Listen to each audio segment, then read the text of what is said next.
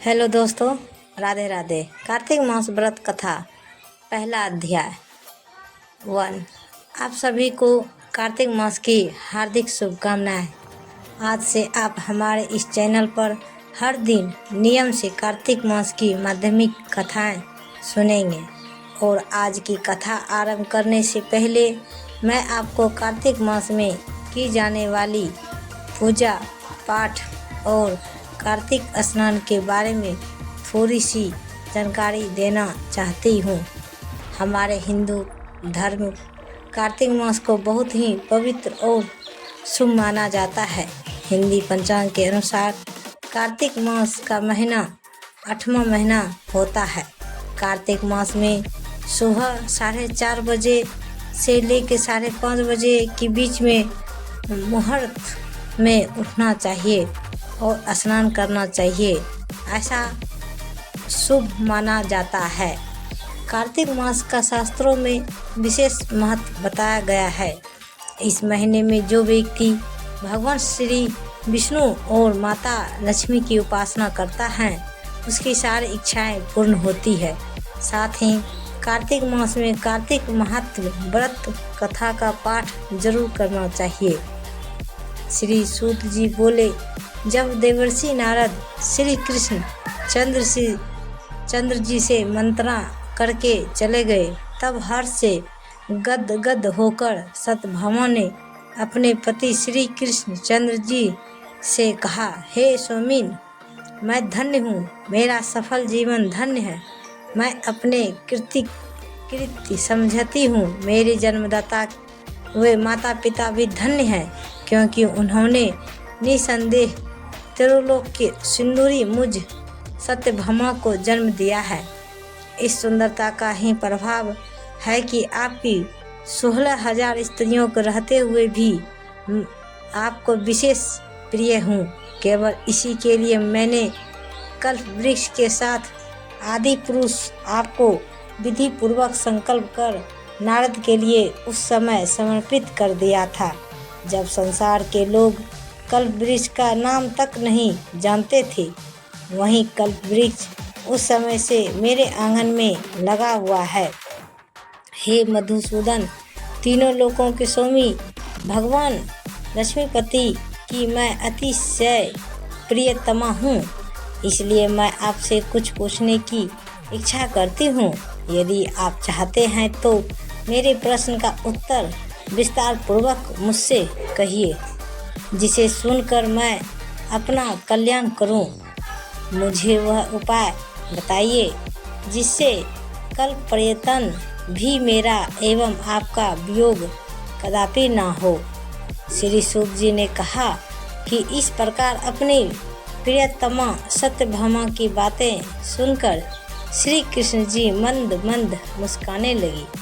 सत्यभामा का हाथ अपने हाथ में लेकर हास परिहास के साथ कल्प वृक्ष के नीचे पहुँचे और उस स्थान से सब सेवकों को हटा दिया। सत्यभामा की ओर देखकर हंसे, साथ ही पूछा कि क्या वह उपाय सुनोगी।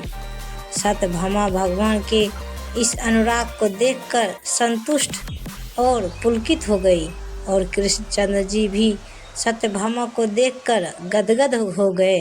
श्री भगवान ने कहा, हे देवी, वास्तव में इन 16,000 स्त्रियों के रहते हुए भी तुम मुझे प्राण के तुल्य प्यारी हो। तुम्हारे लिए तुम्हारी कल्प वृक्ष वाली जिद रखने के लिए देवताओं के साथ इंद्र से भी लड़ गया था।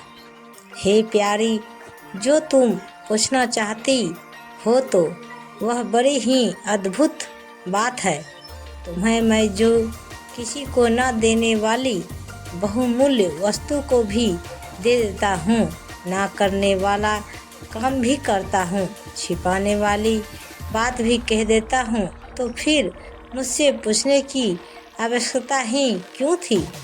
तुम्हारे मन में जो प्रश्न हो पूछो, मैं कहूँगा।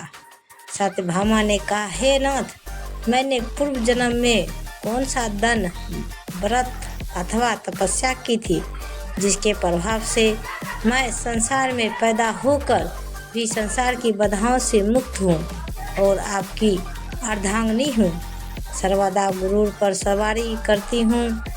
आपके साथ इंद्रादिक देवताओं के यहाँ आपके जाने पर आपके साथ मैं भी जाती हूँ। यही मैं पूछती हूँ कि मैंने उस जन्म में कौन सा शुभ कर्म किया है, पूर्व जन्म में मैं कौन थी, मेरा कैसा स्वभाव था और मैं किसकी पुत्री थी। श्री कृष्ण चंद्र जी ने कहा, हे प्रिय, तुम सावधान होकर सुनो। मैं तुम्हारे पूर्व जन्म की कथा कहता हूँ। उस जन्म में तुमने जिस पवित्र व्रत को किया था सो बतलाता हूँ। जबकि सतयुग का अंत हो रहा था, उस समय मायापुरी में एक अत्रि ग्रोथ वाला देव शर्मा नामक ब्राह्मण निवास करता था। वह समस्त वेदों तथा वेदांगों में परमगत अतिथि पूजक, अग्निहोत्री तथा सूर्यनारायण का व्रत करता था। सर्वदा सूर्यदेव की उपासना करने के लिए कारण वह दूसरे सूर्य की भांति देदी प्यामान था। उसको वृद्धावस्था में गुण वाली नाम की एक कन्या उत्पन्न हुई। देव शर्मा को उस पुत्री के अतिरिक्त कोई संतान नहीं था। उसने अपनी पुत्री का विवाह अपने एक शिष्य चंद्र के साथ कर दिया। पुत्र विहीन देव शर्मा अपने शिष्य चंद्र को अपने पुत्र के समान मानते थे और जितेंद्रिय चंद्र भी देव शर्मा को अपने पिता के सदृश समझता था। एक दिन चंद्र और देव शर्मा दोनों कुश और समिधा लाने के लिए वन में गए और इधर उधर घूमते घूमते हिमालय के समीप एक उपवन में पहुंच गए। तब उन्होंने एक विकराल राक्षस को अपनी ओर आते हुए देखा। उसे देखकर ये दोनों भय से व्याकुल हो गए। शरीर के अंग शिथिल हो गए और वे भागने में असमर्थ हो गए। यम स्वरूप उस राक्षस ने उन दोनों को मार डाला। हमारे गणों ने उस क्षेत्र के प्रभाव और उन दोनों के धार्मिक स्वभाव के कारण उन दोनों को बैकुंठ धाम में पहुंचाया। जीवन भर उन दोनों ने जो सूर्यदेव का आराधना किया था, उसी से मैं उन पर बहुत प्रसन्न था। हे प्रिय, शिव सूर्योपासक, गणेश के पूजक, वैष्णव और शक्ति के पूजक जैसे वर्षा का पानी समुद्र में गिरता है, उसी भांति ये सब अंत में मेरे ही समीप आते हैं। अकेला मैं ही नाम और क्रिया के भेद से 5 रूपों में विभक्त हूँ। जैसे किसी का नाम देवदत्त है, वहीं देवदत्त किसी का बाप है, किसी का पुत्र है, किसी का भाई है और किसी का भतीजा है, लेकिन वास्तव में यह देवदत्त एक ही है।